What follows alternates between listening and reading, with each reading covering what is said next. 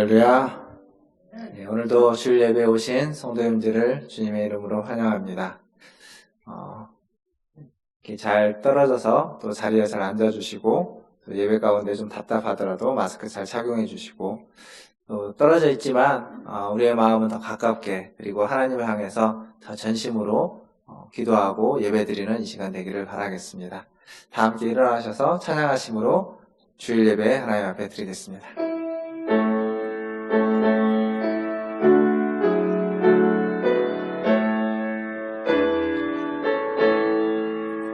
찬양하라 내 영혼아, 찬양하라 내 영혼아, 온 마음과 정성 다하여 주 찬양하라. 경배하라 내 영혼아, 경배하라 내 영혼아, 온 마음과 정성 다하여 주 경배하라. 하나님, 주님을 찬양하며 경배합니다. 오늘도 우리의 예배 가운데 함께 해주시는 하나님, 이 예배를 통하여 다시 한번 우리의 영혼을 새롭게 하시고 우리에게 새 생명을 부어주시며, 하나님, 이 어려운 때에 주님을 더 의지하고 주님과 동행하며 살아가는 우리 모든 성도들 되게 하여 주옵소서. 감사하며 예수님의 이름으로 기도하옵나이다. 아멘. 다 함께 교독문 27번 시편 51편 함께 교독하겠습니다. 교독문 27번 시편 51편입니다. 하나님이여, 주의 인자를 따라 내게 은혜를 베푸시며 주의 많은 긍휼을 따라 내 죄악을 지워주소서. 나의 죄악을 말갛게 씻으시며 나의 죄를 깨끗이 제하소서. 물은 나는 내 죄가를 아므로 내 죄가 항상 내 앞에 있나이다.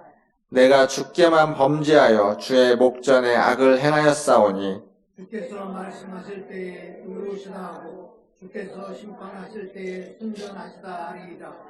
내가 죄악 중에서 출생하였으며 어머니가 죄 중에서 나를 잉태하였나이다. 우슬초로 나를 정결하게 하소서. 내가 정하리이다. 나의 죄를 씻어주소서. 내가 눈보다 희리이다. 하나님이여, 내 속에 정한 마음을 창조하시고 내 안에 정직한 영을 새롭게 하소서. 아멘. 사도신경으로 신앙을 고백합니다. 전능하사 천지를 만드신 하나님 아버지를 내가 믿사오며 그 외아들 우리 주 예수 그리스도를 믿사오니 이는 성령으로 잉태하사 동정녀 마리아에게 낳으시고 본디오 빌라도에게 고난을 받으사 십자가에 못 박혀 죽으시고 장사한 지 사흘 만에 죽은 자 가운데서 다시 살아나시며 하늘에 오르사 전능하신 하나님 우편에 앉아 계시다가 저리로서 산자와 죽은 자를 심판하러 오시리라. 성령을 믿사오며 거룩한 공회와 성도가 서로 교통하는 것과 죄를 사하여 주시는 것과 몸이 다시 사는 것과 영원히 사는 것을 믿사옵나이다. 아멘. 다 함께 앉으셔서 찬양하겠습니다.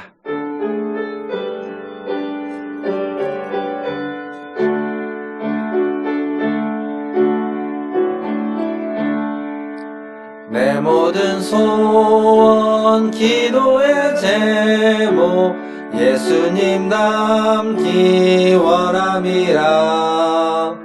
예수님 형상 나 입기 위해 세상에 보았기 전에 예수님 닮기 내가 원하네.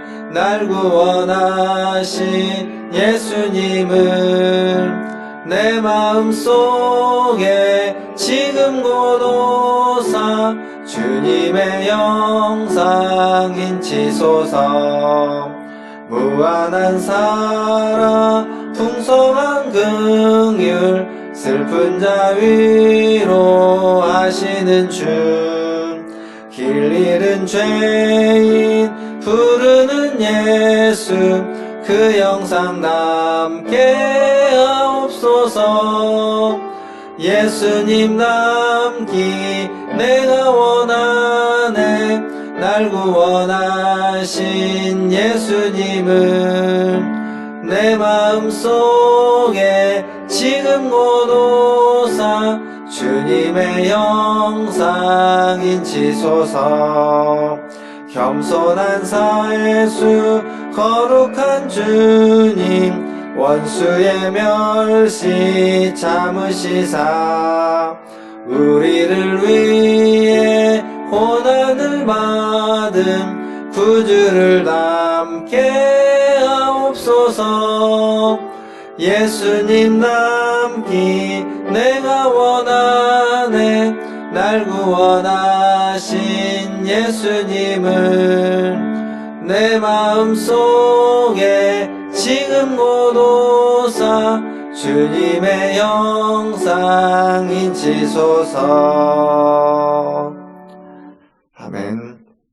우리를 대표해서 김춘석 장로님 나오셔서 기도해 주시겠습니다.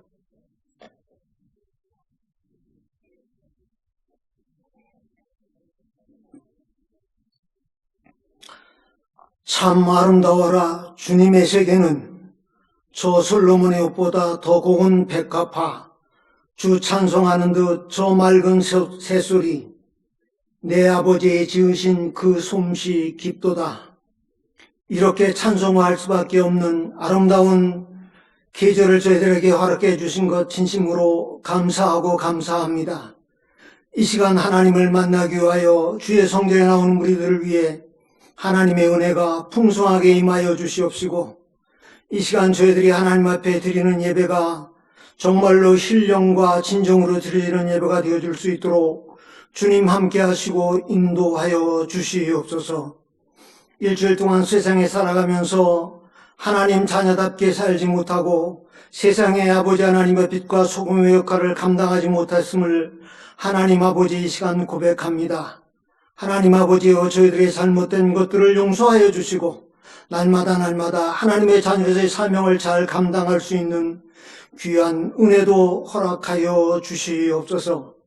이 시간 또 상하는 목사님을 단위에 세우시고 귀한 말씀을 주시려고 합니다. 아버지 하나님이여, 목마른 사슴이 시냇물을 찾듯 저희들이 하나님의 말씀을 갈급함으로 받아들일 수 있는 귀한 시간이 되어줄 수 있도록 주님께서 함께 하시고 인도하여 주시옵소서. 아버지 하나님이여, 사하는 교회가 아버지 하나님의 전염병으로 말미암아 제대로 기능을 발휘하지 못하고 있는 가운데 있습니다. 이렇게 1부, 2부 예배를 나누어가며 사랑하는 성도들이 마스크를 쓰고 하나님을 찬양하는 이 모습 얼마나 안타깝습니까? 하나님 아버지, 이 모든 것들이 속히 물러가게 하여 주시옵시고 저희들이 하루속히 정상적인 신앙생활을 영위해 나갈 수 있는 귀한 은혜도 허락하여 주시옵소서. 사는 가정에도 우리 하나님께서 함께하여 주시옵시고 인도하여 주셔서 어려움 당하는 가정이 없게 하시고 이 전염병으로 말미암아 고통당하는 가정이 생기지 않도록 우리 하나님께서 불꽃 같은 눈으로 지키시고 인도하여 주시옵기만을 간절히 빌고 원합니다. 연로하신 우리 사랑하는 어르신들 중에도 이 시간에도 병석에 누워 신음하고 고통하는 우리 사랑하는 성도들도 있습니다. 우리 하나님께서 찾아가 주셔서 그 피 묻은 손으로 안수하시고 진찰하여 주심으로 그들이 하루속히 평상을 아버지 하나님 물리치고 속히 일어나 사하는 주의 전에 나올 수 있는 귀한 은혜도 허락하여 주시옵기만을 간절히 빌고 원합니다. 아버지 하나님, 우리나라가 경제적으로 심히 어려움을 겪고 있는 가운데 있습니다. 우리 상하는 가정들도 주님께서 기억하여 주시고 인도하여 주셔서 직장 문제나 일터 문제 때문에 아버지 하나님이여 고민하는 자 없도록 주님께서 그 가정들을 두루 살펴주시옵기만을 간절히 빌고 원합니다. 그래서 아버지 하나님이여 늘 풍성한 가운데에서 무엇을 마실까, 무엇을 먹을까, 무엇을 입을까를 걱정하지 아니하고 오직 주님의 자녀로서 주님만 생각하며 주님만 섬기며 주님을 찬양하며 살아가는 귀한 가정들이 다 되어줄 수 있도록 주님께서 인도하여 주옵소서. 아버지 하나님여, 이 전염병이 속히 물러가게 하여 주셔서 전 세계적으로 아버지 하나님여 만연하고 있는 이 전염병 뒤에 아버지 하나님 믿는 저희로서는 하나님의 뜻이 어디 있는지를 헤아릴 수 있는 기회가 되어줄 수 있도록 주님께서 인도하여 주시옵시고, 이 전염병으로 말미암아 많은 사람들이 목숨을 잃었습니다. 아버지 하나님의 그 유가족들 위에도 하나님의 은혜가 늘 함께하여 주시어서 하나님의 위로가 그 가정에 넘치도록 주님 함께하여 주시옵기만을 간절히 빌고 원합니다. 또 우리 사랑하는 성도들 중에 우리 김승희 아버님이 이제 하나님의 부르심을 받았습니다. 아버지 하나님의 그 가정 위에도 하나님의 은혜가 함께하여 주셔서 하나님의 위로가 넘칠 수 있도록 주님이 인도하여 주시고, 정말로 모든 것이 하나님 앞에 감사함으로 아버지 하나님과 생활할 수 있도록 주님 인도하여 주옵소서. 이제 하나님의 말씀을 듣겠습니다. 하나님 함께하여 주시고, 이 예배 위에 우리 하나님의 은혜가 함께하여 주시옵기만을 간절히 빌고 원합니다. 적은 숫자가 모였을지라도 이곳에 우리 하나님께서 임재하여 주시고 이 예배를 받으시고 저희들에게는 한없는 은혜가 내려오지는 귀한 예배가 되어줄 수 있도록 주님 도와주시옵소서. 오늘 이 거룩한 주일 주님만 생각하는 귀한 시간들이 되어줄 수 있도록 주님 도와주시옵소서. 예배를 마칠 때까지 우리 하나님 함께해 주실 것을 믿사옵고 우리 주 예수 그리스도의 이름으로 감사하며 기도하옵나이다. 아멘.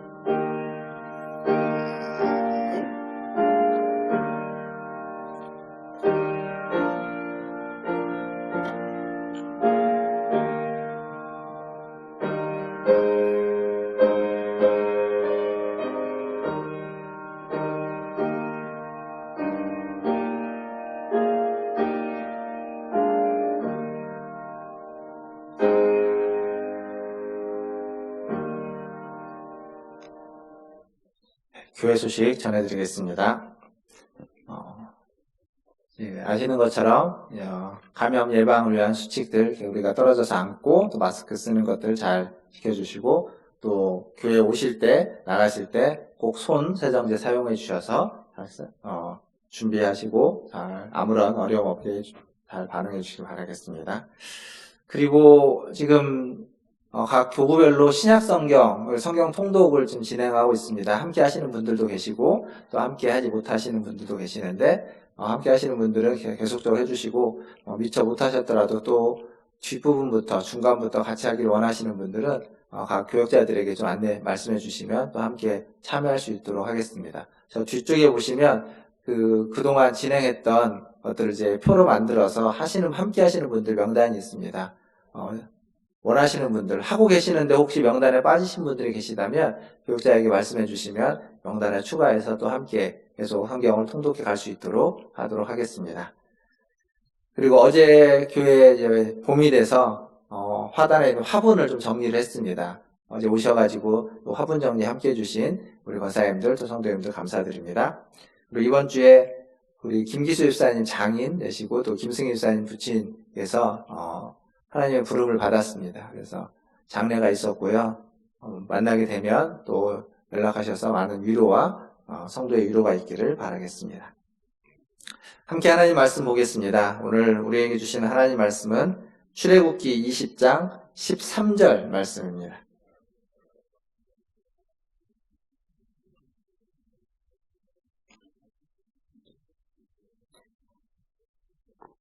출애굽기 20장 13절 말씀, 아주 한 절인데 아주 짧습니다. 같이 한 목소리를 읽도록 하겠습니다. 살인하지 말라. 아멘.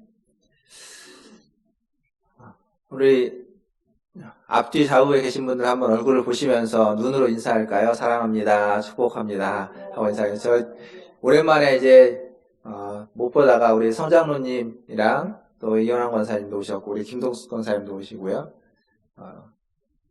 벌써 한 두 달 만에 뵙는 거죠. 장로님이랑. 이제 부활절부터 오신 분들도 거의 한 달 반 만에 뵙는데, 제가 이제 세 번째도 예배를 드리니까, 미처 못 오시는 분들은 한 두 달 만에 뵙고 있습니다.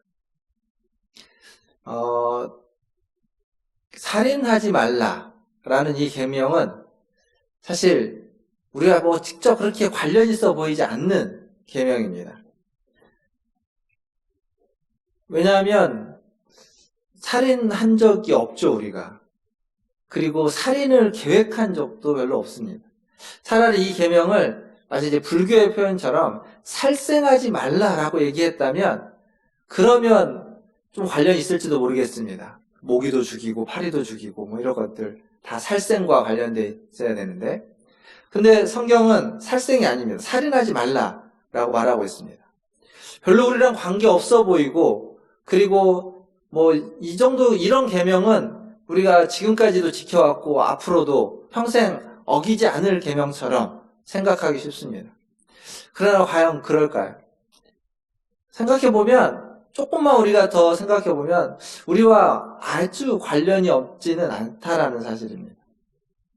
예를 들어보면 코로나19가 이제 한참 처음에 이제 발병이 돼서 전파가 되다가 좀 소강 상태가 있었죠. 그러다가 대구에서 그 신천지로 말미암아서 이게 확산이 확 됩니다.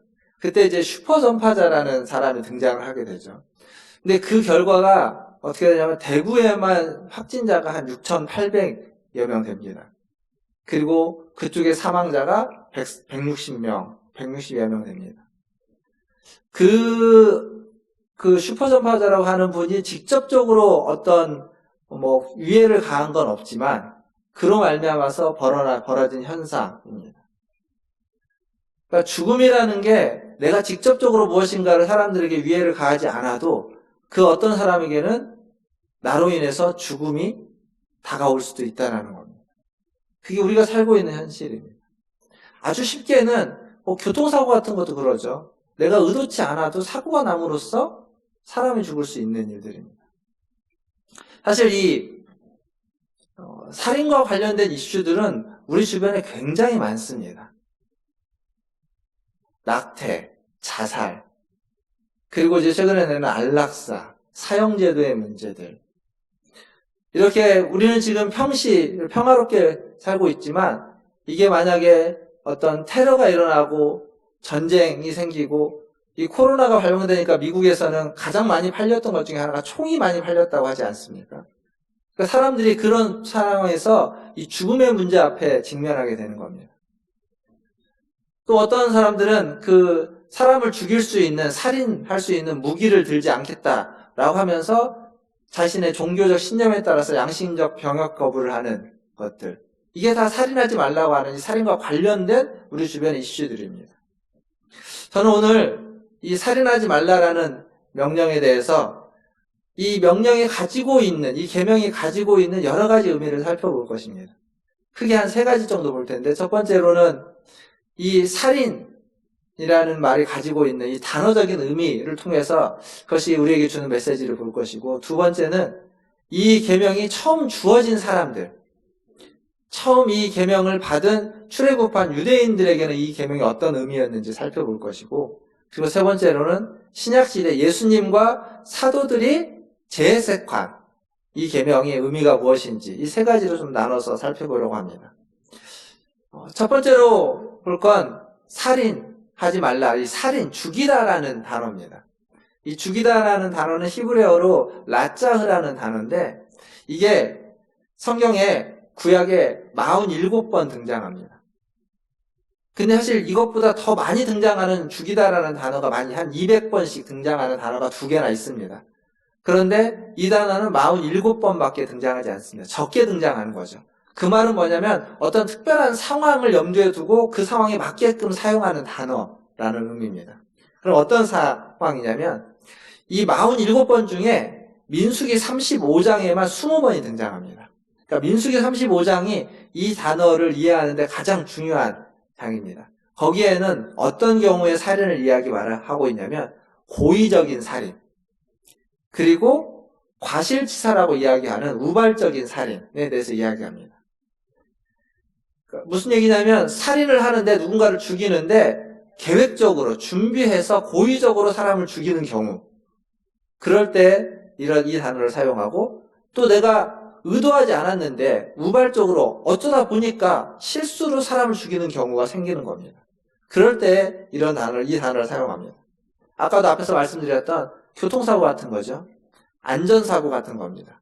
내가 의도하지는 않았지만 준비를 제대로 못하고 안전하게 제대로 준비하지 못해서 벌어지는 사고들. 성경에 보면, 신명기에 보면 이 집을 지을 때 집 지붕에 난간을 설치하라는 말이 있습니다.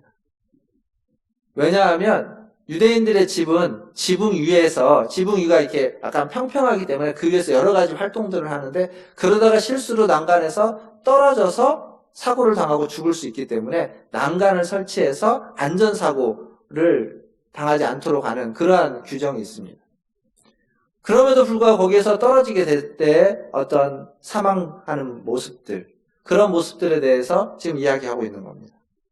또한 이 동사는 언제 사용되냐면 간접살인에도 사용됩니다. 무슨 얘기냐면 열왕기상 21장에 가면 아합이라는 왕이 나봇의 포도원을 뺏기 위해서 나봇을 죽이는 이야기가 나옵니다. 물론 아합이 직접 나봇을 죽이지 않습니다. 나봇은 그 이세벨이 꾸민 어떤 계략으로 말미암아서 겉으로 보기에는 적법한 절차를 거치는 것과 같은 과정을 통해서 나봇은 죽음을 당하게 됩니다. 근데 성경은 그것을 이세벨이 죽였다 이런 얘기를 하지 않고 아합에게 묻습니다. 선지자가 아합이 나봇을 죽였다라고 이야기합니다. 아합이 나봇을 죽이는데 아무런 관여를 한 것이 없고 적법한 절차를 가진 것 같지만 성경은 이야기하기를 내가 저를 죽였다. 그때 쓰는 단어가 이 단어입니다. 간접적인 살인, 사법적인 살인이라고 이야기할 때도 이 단어를 쓰고 있습니다. 뿐만 아니라 시편 94편 6절에 가보면 이런 말씀이 있습니다. 과부와 나그네를 죽이며 고아들을 살해하며 라는 말씀이 있습니다.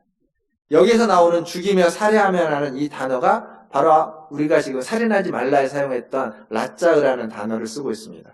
즉 과부와 나그네 그리고 고아들, 약자들이죠. 이런 약자들을 죽일 때 그때에도 이 단어를 사용하고 있다는 겁니다. 한 걸음 더 나아가면 이 단어는 언제 사용되냐면 이게 물리적인 사람을 죽이는, 방금까지 이야기는 물리적으로 사람이 죽는 이야기들이었습니다.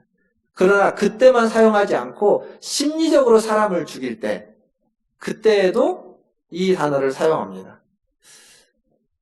요즘 사회적으로 이슈가 되고 있는 것 중에 하나가 지금 코로나19도 있지만 N번방이라는 게 있습니다. N번방. 텔레그램의 N번방.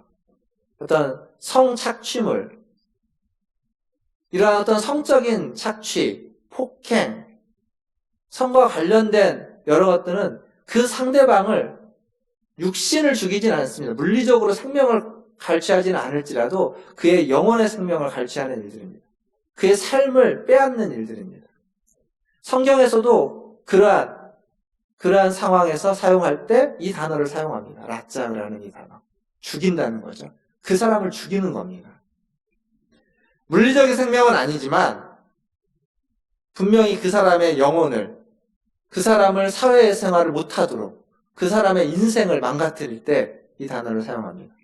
그래서 이 죽이다라는 단어는, 이 살인이라는 단어는 고의적인 것, 그리고 고의적이진 않지만 우발적으로 사람을 죽였을 때, 혹은 내가 직접적으로 하지는 않았지만 간접적으로 사람이 죽게 될 때, 그리고 사회에서 약자들과 어떤 배려를 받아야 하는 그런 사람들을 짓밟고 죽일 때, 그리고 몸은 아니지만 마음과 영혼을 죽이고 그의 삶의 가능성을 짓밟아 버릴 때, 그때 사용하는 단어가 이 죽이다라는 단어입니다.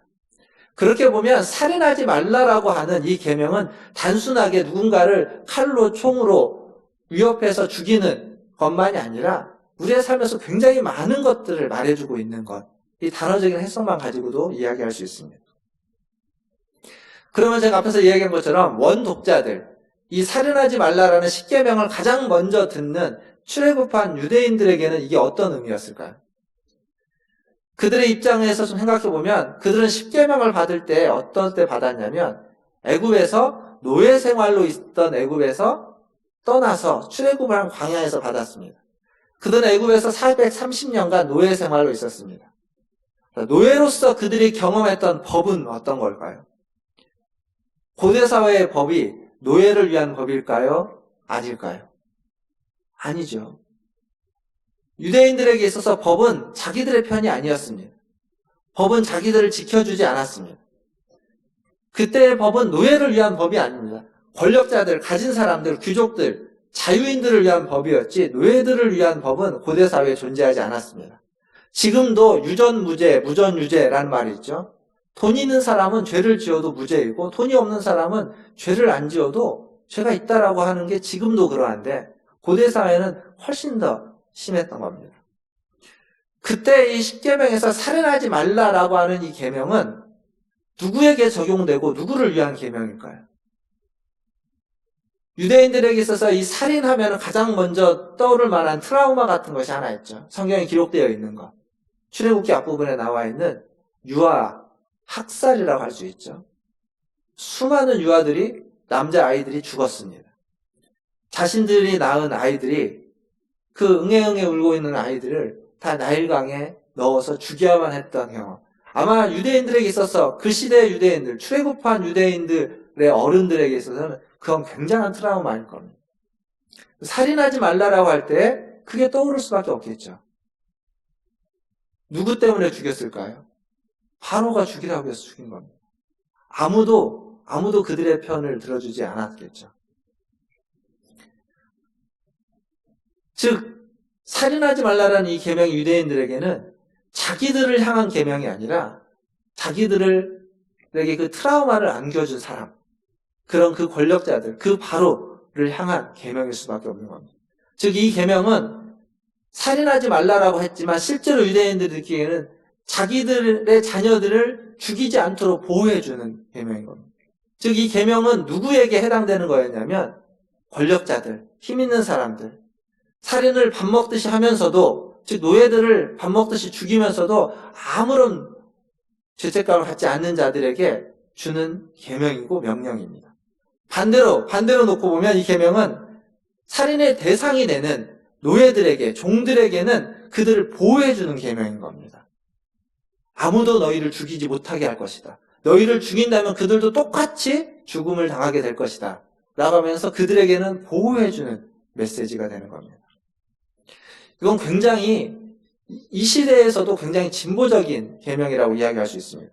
사실 우리가 인권 얘기하지만 인권이라는 것이 이렇게 근대사회에서 현대에 와서 이야기되어지는 거지 얼마 전까지만 해도 인권에 대해서 그렇게 강조되어 있지 않습니다.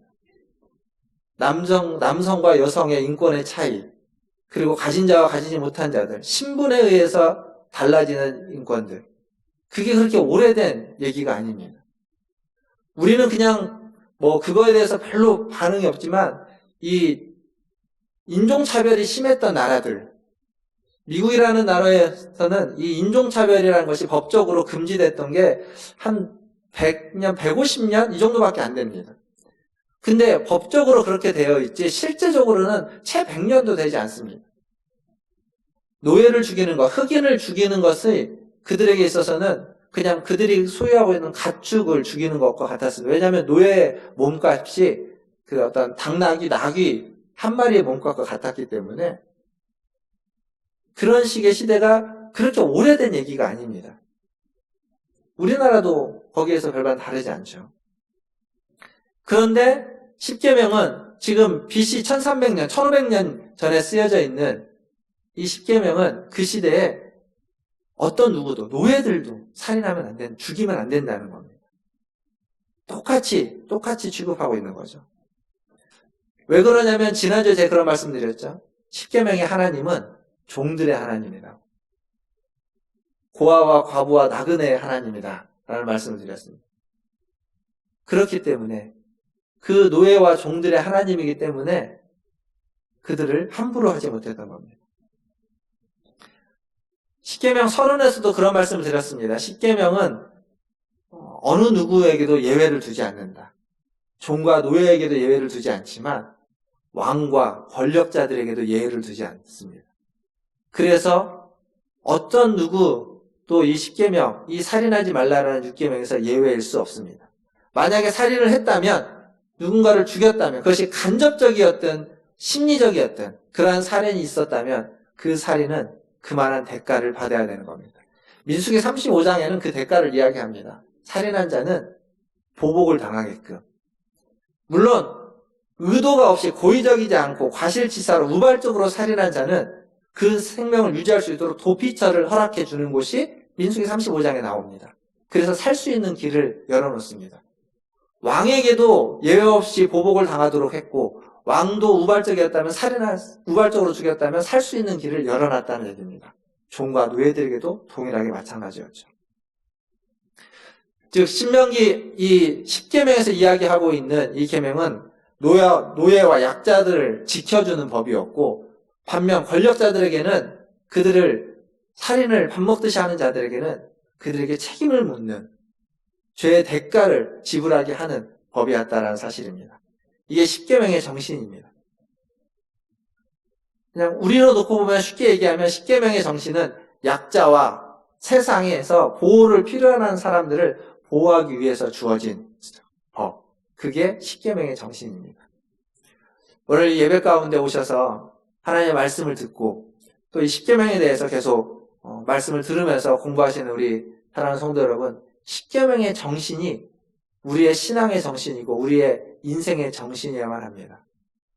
약자를, 세상을 지키고 보호하기 위해서, 나와 다른 사람들을 지켜내고 보호하기 위해서 우리는 살아가야만 하고 선택해야만 합니다. 그런 10계명의 정신을 가지고 살아가시는 저와 여러분 되기를 주님의 이름으로 축원합니다. 이제 볼 건 신약시대 예수님과 사도들은 이 10계명을, 이 살인하지 말라라는 이 6번째 계명을 어떻게 해석했느냐죠.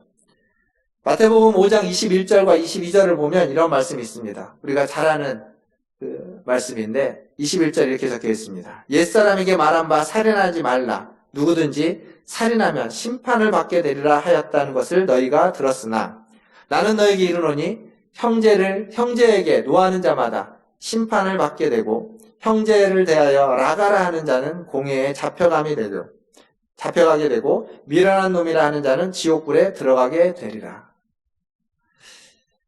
즉 예수님은 이 살인하지 말라라는 계명을 훨씬 더 폭넓게 해석하고 있습니다.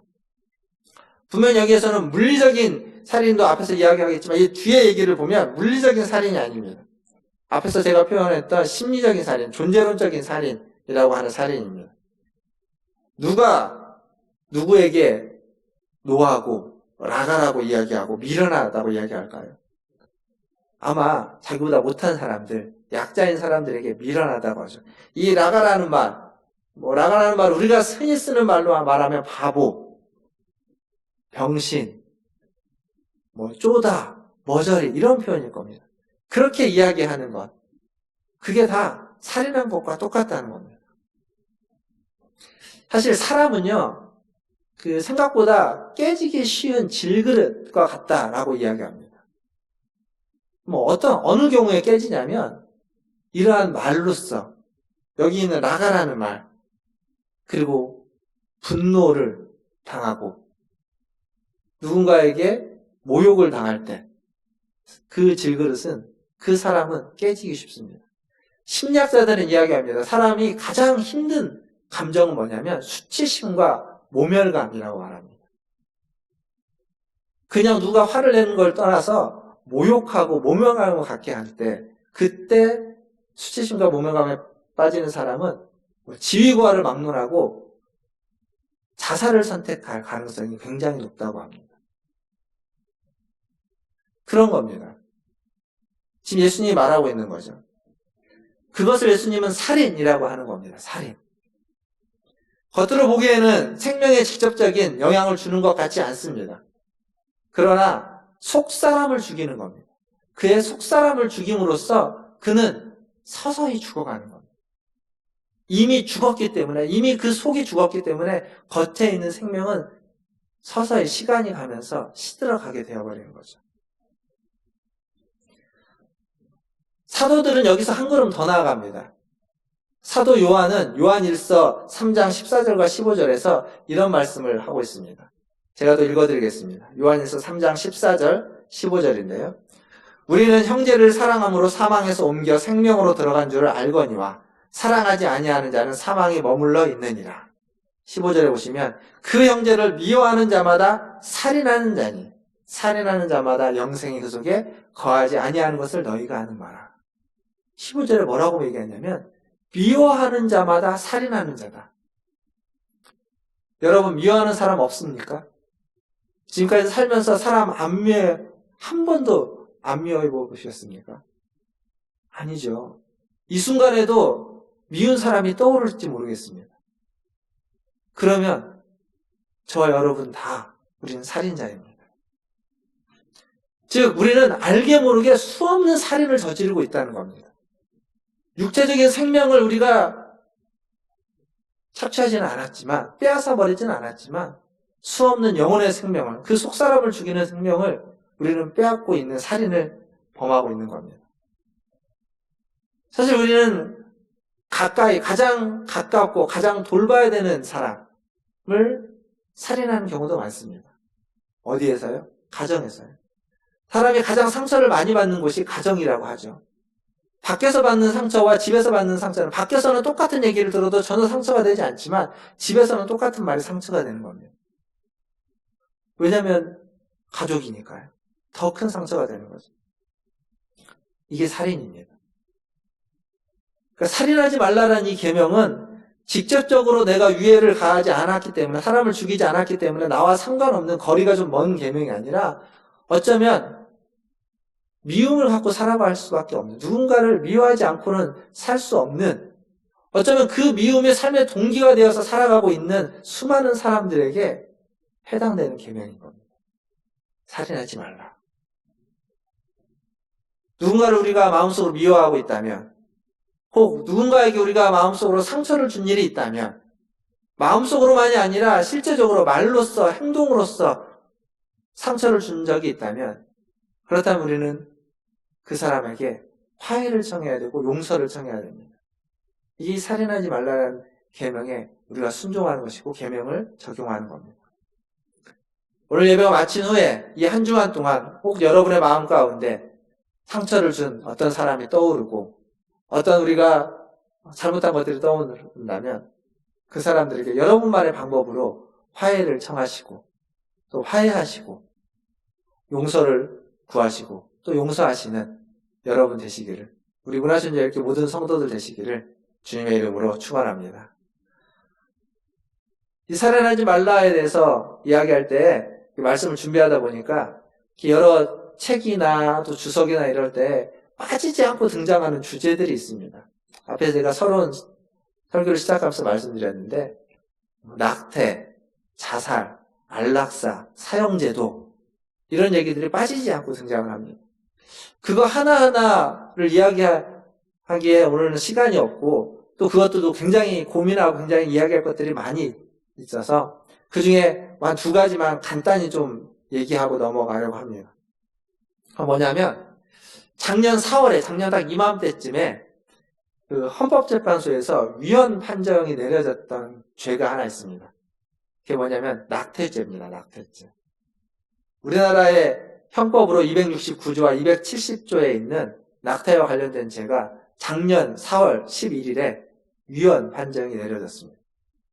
그 이유는 뭐냐면 그 임신을 한 여성의 자기결정권을 낙태죄가 심하게, 과하게 침해하고 있다.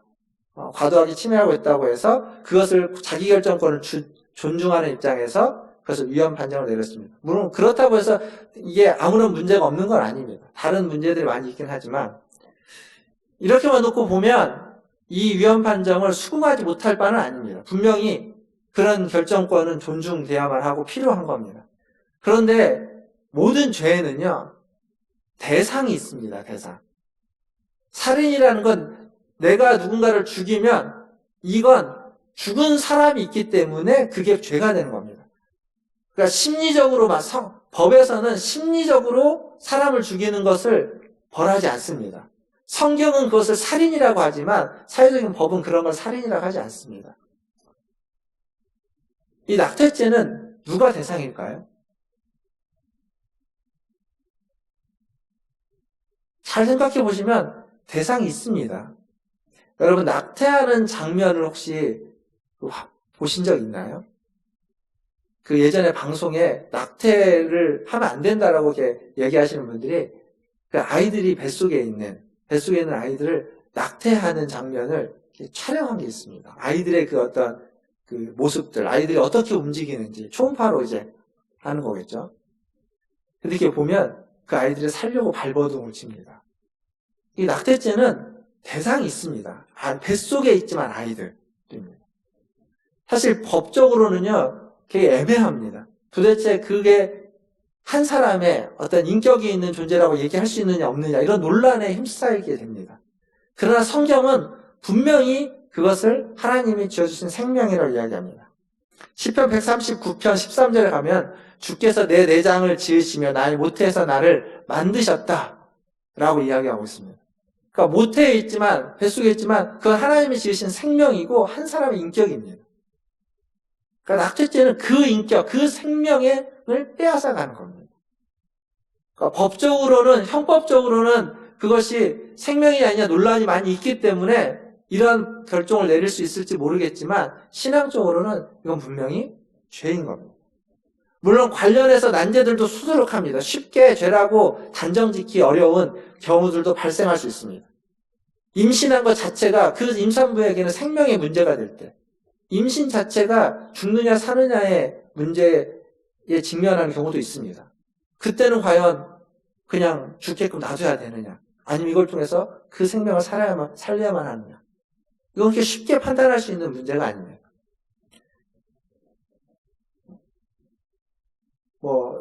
여러 가지 부득이한 경우로 원치 않았던 임신들, 어떤 강간이나 혹은 근친상간이나 혹은 그 여성이 가지고 있는 정신적인 질환이나 이런 수많은 문제들이 수두룩하지만, 그러나 중요한 건 그런 어려움을 무시해서도 안 되겠지만 성경이 이야기하고 있는 분명히 이 행위에는 대상이 있고 그 대상은 살아있는 생명, 하나님이 만드신 생명이라는 겁니다.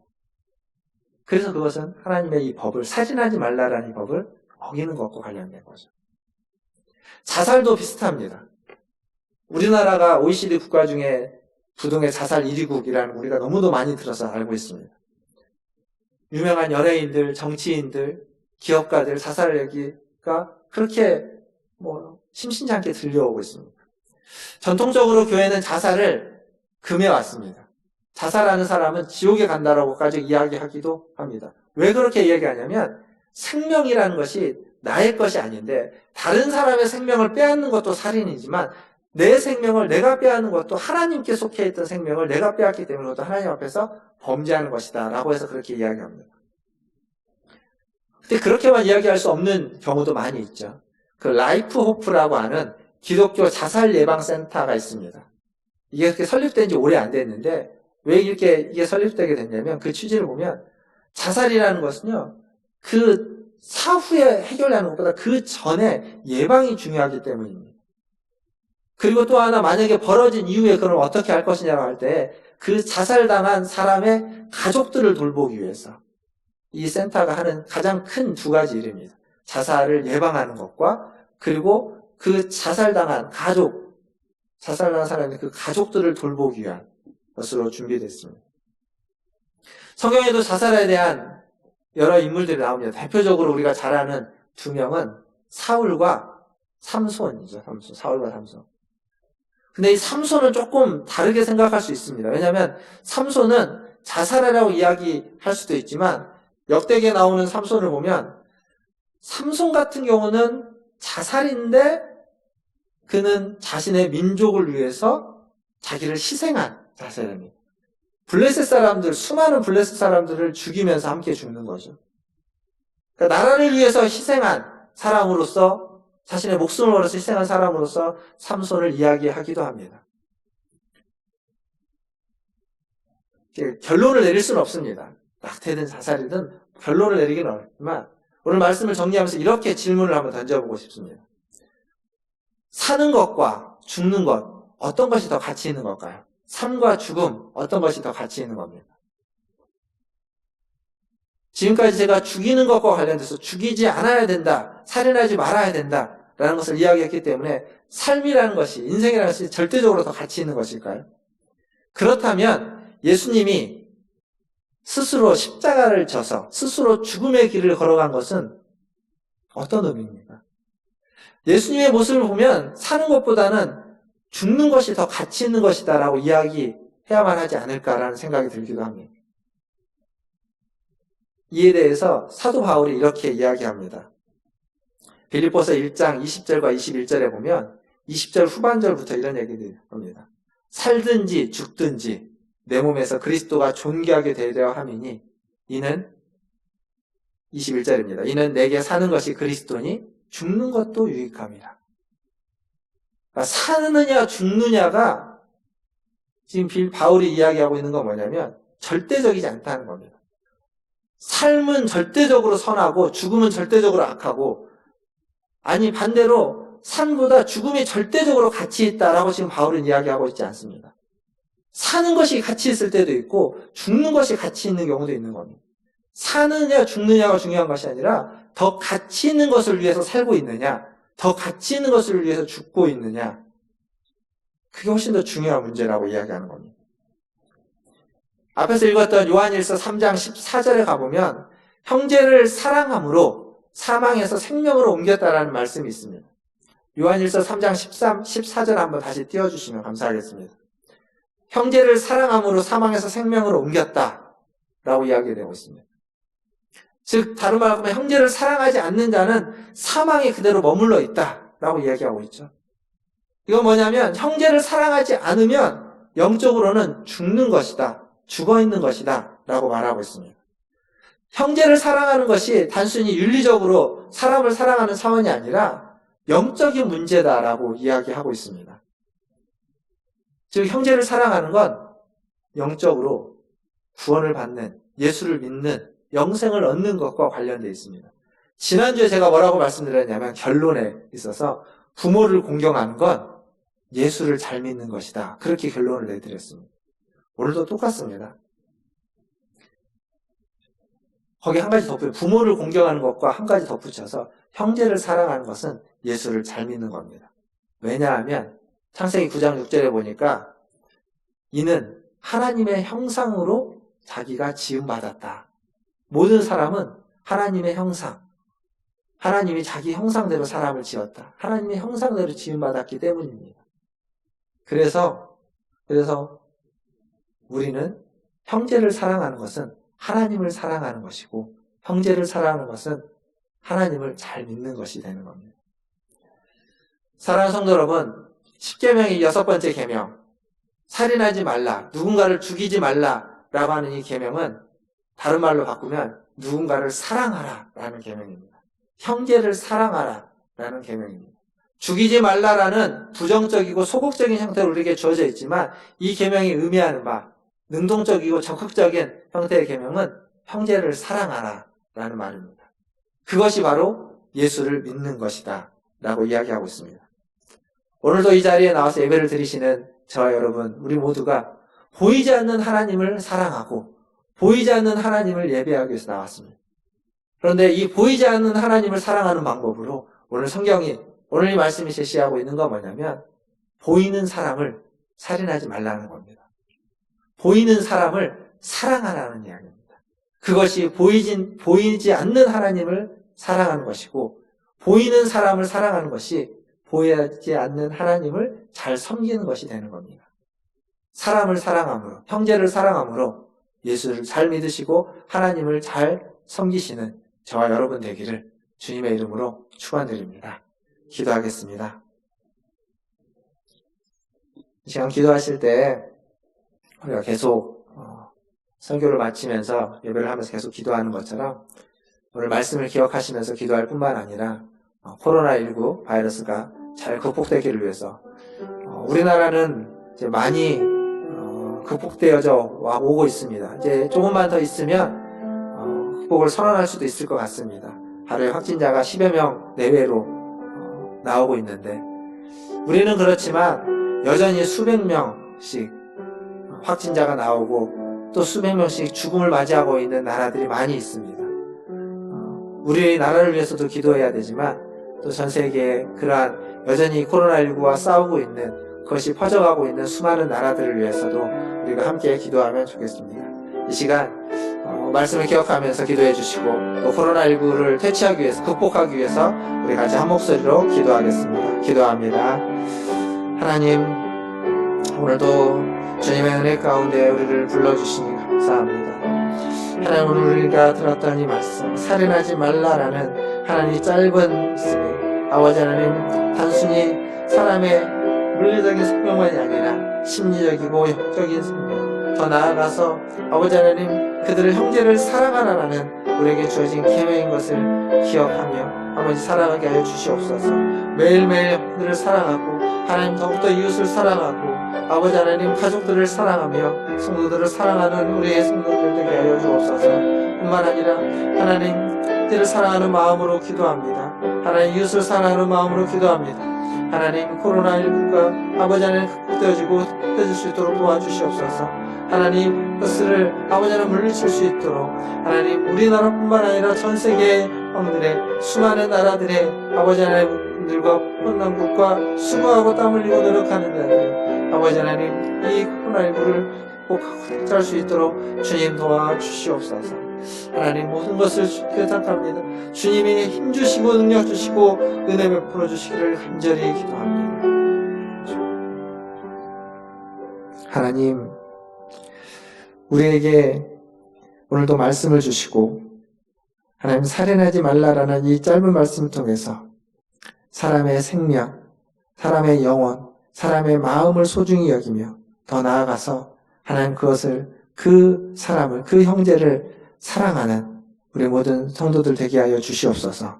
그것이 주님을 잘 믿고 주님을 잘 따르며 하나님을 사랑하는 것인 줄 알게 하여 주시옵소서.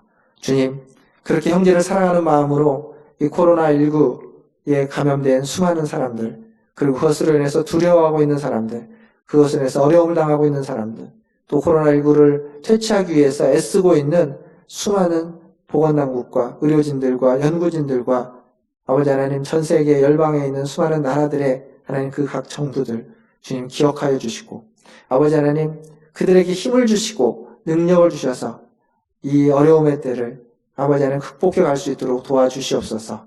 이 코로나19를 퇴치할 수 있도록 도와주시고 이겨낼 수 있도록 도와주시고 어려움 당한 자들을 함께 힘을 모아 하나님 다시 일어날 수 있는 그러한 은혜를 허락하여 주시옵소서. 오늘도 우리 예배 가운데 함께해 주신 주님께 감사와 영광을 드리며 우리 구주 예수님의 이름으로 기도하옵나이다. 아멘. 시간 찬양하시면서 준비하신 예물 하나님께 드리겠습니다.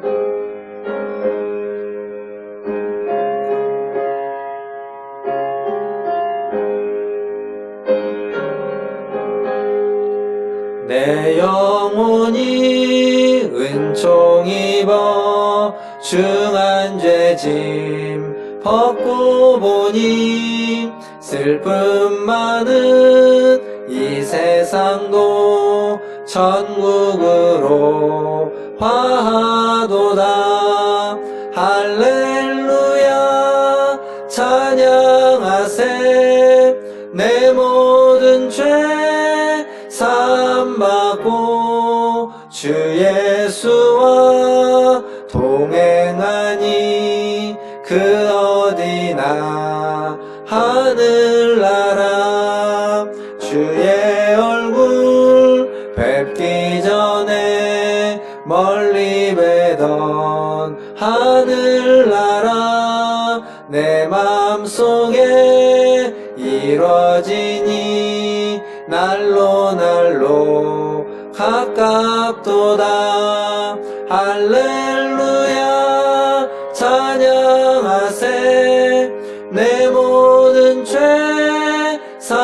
사함받고 주 예수와 동행하니 그 어디나 하늘나라.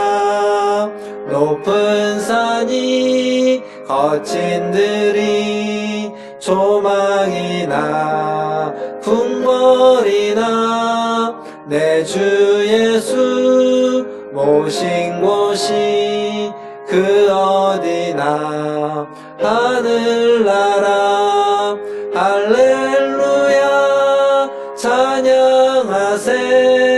내 모든 죄 사함받고 주 예수와 동행하니 그 어디나 하늘나라.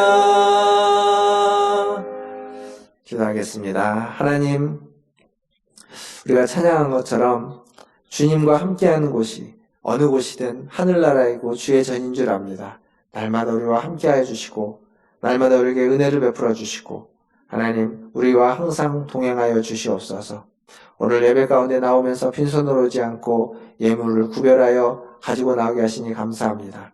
하나님, 이 예물을 통하여서 주님의 나라가 더 확장되게 하시고 주님의 뜻이 이루어지게 하여 주시고 형제를 사랑하는 은혜가, 형제를 사랑하는 역사가 더욱더 일어나게 하여 주시옵소서. 드린 손길 위에 함께 하여 주시고 그의 손으로 하는 일과 그의 모든 인생이 하나님을 더 사랑하며 하나님을 더 사랑하듯이 형제를 더 사랑하는 아버지 하나님, 그러한 삶이 되게 하여 주시옵소서. 그래서 하나님의 날 보호하심과 날마다 통행하심으로 살아가는 그 인생들 다 되게 하여 주시옵소서. 모든 걸 주님의 손에 의탁하며 지금은 우리를 죄에서 구원하여 주신 우리 구주 예수 그리스도의 은혜와 아버지 하나님의 크고 무한하신 사랑하심과 성령 하나님의 위로교통 충만케 하심에 살인하지 말라라는 이 계명을 가지고 다른 사람의 마음을, 몸을, 영혼을 상하게 하지 않을 뿐만 아니라 더욱더 그의 영혼을, 그의 인생을, 다른 사람을, 형제를 사랑하기를 다짐하고 기도하고 소원하는 우리 문화신 제일교회 고개 숙인 모든 성도들 위해와 그들의 자녀손들과 가정과 직장과 일터 위에 또 주의 복음을 들고 형제를 사랑하며 선교하는 사역자들과 선교사님들 위해 코로나19를 퇴치하기 위해서 애쓰고 있는 보건당국과 의료진들과 연구진들과 모든 국민들과 또 전 세계와 열방 위에 이제로부터 영원토록 함께 있을지어다. 아멘.